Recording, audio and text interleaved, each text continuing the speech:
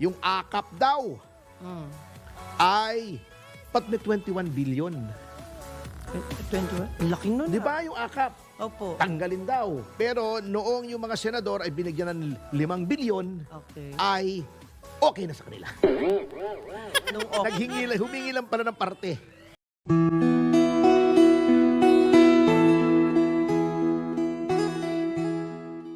In the history of the Philippines, ang membership ng House of Representatives, napakarami. Puro kontratista. Kasi dati, ang corruption ay namomorsyento lamang ang mga members ng House, pati na yung mga ibang mga executive sa mga contractors. Ayun. Hindi pa sila nasiyahan doon sa pamumorsyento. Gusto nila, sila na ang contractor. Sila ng supplier ng materyales. Ngayon, ang flood control, ayun, di ba? Yung pinakikita lagi. Disgrasya nga eh. O isang ulan, wala na yung flood control. Baha. Na-control yung flood control. Kasi kontrolado yung gastos. Di ba sinasabi nga ni Mayor Magalong, 40%. 40% na ang kurakot ngayon. Alam mo noong panahon ng tatay ko, noong 70s, nung bata ko, Opo. ang laging akusasyon sa mga sinasabing mga korap, ayan, yung congressman na yan. 10%er yan. Ibig sabihin 10%er, humihingi ng 10% sa project. Noon, apakasama na noon. Na sabihin, ay, humihingi ng 10% yan. Ang tawag nga roon, kayo, magnanakaw kayo, mga 10%ers kayo. Yung 10% lang noon, ha? Ngayon, 40 na. Kaya, ang flood control, siguro, sa isang truck ng buhangin, mga 3 sakong semento na lang. Kaya yun, parang hindi na konkreto. Parang sandcastle na lang, alam mo yung mga kastilyong buhangin. Opo. Gano'n na lang ang timpla. Madaling magiba. Di ba sa Naga, may nakita. Di ba ang dami pinakikita sa social media, yung mga dike. Opo. Bago yung netting. Alam mo yung netting? Opo. Yung pagka may gano'n, may parang bundok para hindi daw gumuho. Yes. Pagka umulan, hindi matabunan, yung sasakyan mo habang dumadaan, hindi natatabunan ng mga boulder. Kasi hindi daw magandang experience yun eh. Yung sasakyan mo, biglang matatabunan na nasa loob ka. Walang natuwa na nangyari yun eh. Yung natatabunan sila ng buhay sa loob ng sasakyan. Grabe naman. Hindi daw very pleasant. Anyway, doon nila nilagay, ang laki na nga, almost 900 billion na, dinagdagan pa ginawang 1.11 trillion. At 214 billion dyan ang yung flood control, yung paborito ng mga members ng House na flood control. Bakit Sus, hindi Mario yan naimbestigahan nila? Eto, diba, ang daming nag-ingay nun. Yung akap daw ay pat may 21 billion. 21? Laki nun. Di ba yung akap? Opo. Tanggalin daw. Pero noong yung mga senador ay binigyan ng 5 billion, Okay. ay okay na sa kanila. Nung okay. Humingi lang pala ng parte. Yung mga pumirma. Oh my God. Humingi lang ng parte. Alam nyo, yan mismong akap, questionable yan eh. Kasi, hindi dapat yung mga mambabatas ang nagbibigay ng ayuda. Ang ayuda ay executive function. Hindi yan legislative function. Ang trabaho ng mambabatas, ano man tawag sa kanila? Mambabatas. O anong ginagawa ng mambabatas? Gumagawa ng Batas. Hindi na momroyekto, hindi nangongontrata, at hindi na bibigay ng ayuda. May DSWD po tayo, an executive department. Yun po ang dapat nagbibigay ng ayuda. Yes. Executive function po yan. Kaso nyo, 2025 is an election year. Yes, next year. Okay. Kita mo ha. Ang hiningi lang ni Pangulong Marcos ay 66 billion para sa LGUs. Nung nag-BICAM, ginawang 76.6 billion. O, pangkampanya na naman. O, di ba? Kasi maraming mga miyembro ng ating legislatura, may mga kamag-anak, gobernador, mayor, vice governor, di ba? Dynasty, kasi hindi pa magawa-gawa yung anti-dynasty bill. Opo. Walang gusto. Ginawa ni Coco Pimentel, wala nangyari. Bago si Coco Pimentel, nag-file si Mayor Fred Lim nung siya ay senador. Yes. Naging senador si Mayor Lim ng 3 taon di ba? Opo. 2003, ano ba yan? At 2004, I'm sorry, to 2007. Then noong 2007, tumakbo siyang Mayor of Manila, nanalo siya, nag-resign siya bilang senador. Yan. Oo. Ito pong 531, ito meron pa. Opo. But wait, there's more. Oh. Meron pang 531.67 billion na unprogrammed. Oh. Yung unprogrammed, kahit saan pwede mong gawin niya. Ito yung parang sinasabi mong, ito ang budget, ito para sa national defense, ito para sa education, ito para sa ganito. Pero may 531 billion, para saan yan? Bala na kami kung anong gusto natin gawin. Parang Hindi unlimited. pwede ba? Unli yun eh. Ha? Only decision. Parang mahigit pa yun sa confidential funds eh. Yes. Ngayon, in fairness again to the President, ang hiningi lang niya is 158. Opo.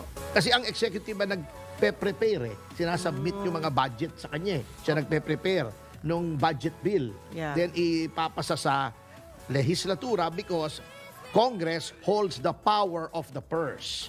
Siya yung dapat guardian ng pera, hindi tagalustay ng pera. Kasi nga, may provision sa ating Constitution, no public monies shall be spent except through an appropriation made by Congress. Kaya nga may GAA, General Appropriations Fund. Yan. Okay. Ang problema, itong unprogrammed na ito, na wala naman sa original budget na sinumite, kasi gumagawa ang executive ng budget based sa expected revenues. Opo. Parang budget yan halimbawa ngayong Pasko, hindi ka pwedeng gumastos ng 100,000. Halimbawa, ang nagbabudget ka para sa isang taon. Opo. Ito yung kuryente ko, ito yung tubig ko, ito yung gasolina ko, ito yung bayad ko sa hulog sa kotse, Opo. hulog sa bahay. Hindi ka pwedeng bumili ng bumili, maghulog na maghulog, bumili ng kotse ng hulugan, Opo. na ang total na ihuhulugan mo ay, let's say, 1 million a year. Kung ang tingin mo, ang swelduhin mo lang sa next year, sa buong 2025, ay 900,000. Opo. Kulang ka ng 100,000. Opo. O saan nila kinuha yung kulang? Kasi ginawa nilang 531.6 billion Wow. yung unprogrammed. Kinuha na nila ang PhilHealth. Grabe. Di ba?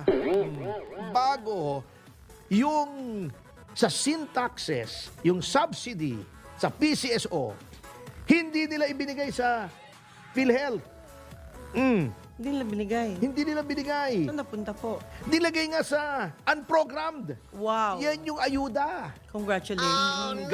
Galing. Oo. Bago sinasabi nila, ang dami-dami daw pera ng PhilHealth.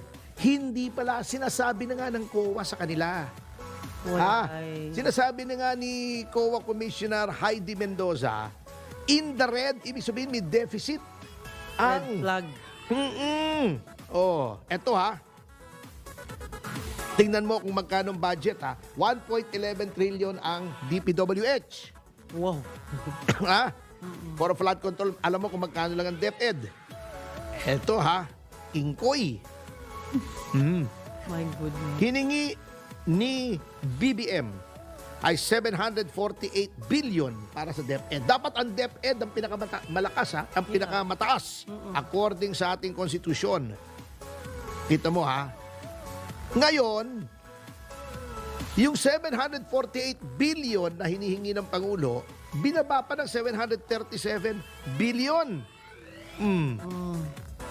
Pambihira ano nangyari doon sa sinasabi sa Article 14, Section 5 ng ating saligang batas? Opo. Dinisregard, binaliwala ng ating mga mambabatas pambihira Ngayon, doon sa sinasabing education, 30 billion lang ang binigay sa CHED, higher education, sa kolehiyo. Kaya ang hihina ng kokote ng ating mga estudyante. Ang problema, yung mga mahihina ang kokote, nahahalal sa House, nagiging chairman ng Quadcom. Yun ang mabigat.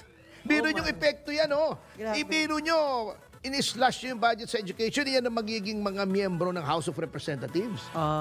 Oh, edi patay tayo. Yan, talagang babagsak dyan in a period of short time. Kaya At nga. saka, I'm still have the floor. At saka, protection asset order. Yan ang kababagsakan natin dyan. Oh my goodness. Kaya pala, maraming nagsasabing pag-usapan yung mental health eh. Okay. Okay, sige. Yung TESDA na dapat kung wala ka namang kakayanang magkolehiyo, at least may skills ka. Pwede ka magtrabaho.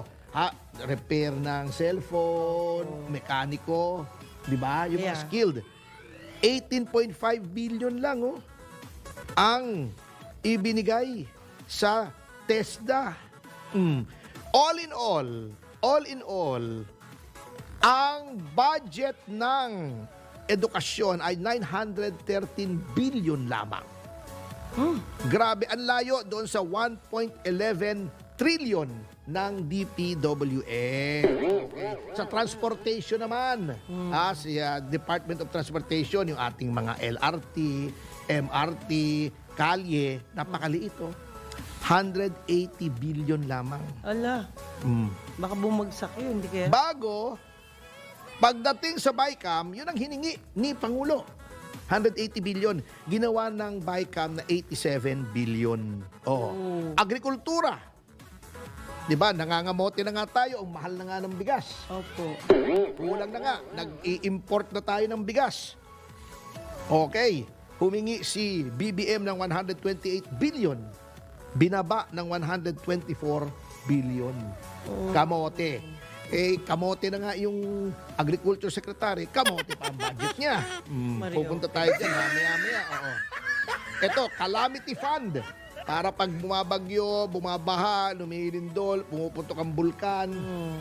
Kita niyo yung kanlaon, di ba, sa Bacolod. Opo. Pagka-file ng certificate ni Guanzon na siya ay tatakbo sa party list, pumutok yung bulkan. Nagalit. May connection kaya. Wala naman siguro. Pero pumutok, basta. Pumutok. Pag-file niya, pumutok ang bulkan. Ano ibig sabihin nun? Ganun. Eto, anyway, para sa kalamidad, Yes. humingi si BBM ng 31 billion, binaba ng 21. Tinanggalan ng 10 billion. Ang laki na Hindi na nga makapag-rescue ng mga binabaha, nililindol. Pinuputukan ng sinasabugan ng bulkan. Ingat mo pa. Pambihira. Yung mga sweldo ng mga empleyado ng gobyerno. Humingi ng 163 billion. Si Pangulong Marcos, binaba ng 109. Bino, 60, almost 60 billion ang binaba. Sweldo ng mga kawani ng gobyerno. Ang liit-liit na nga. Social welfare. Humingi ng 229, naging 217. Grabe. Anyway, itutuloy po natin. Yes. Maraming kapuitan talaga ang ginawa ng BICAM na ito.